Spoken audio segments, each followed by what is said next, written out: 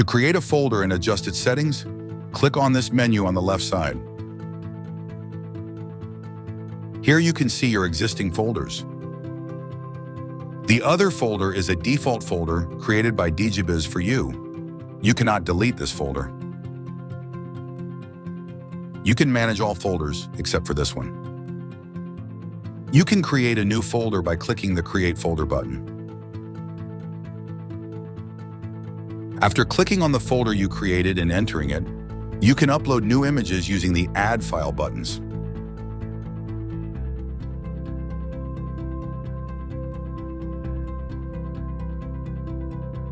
The folders you create here are also displayed in the same way in the library section within the editor. You can edit the folder name and descriptions or delete the folder by clicking the three-dot menu in the top right corner of the folder you created.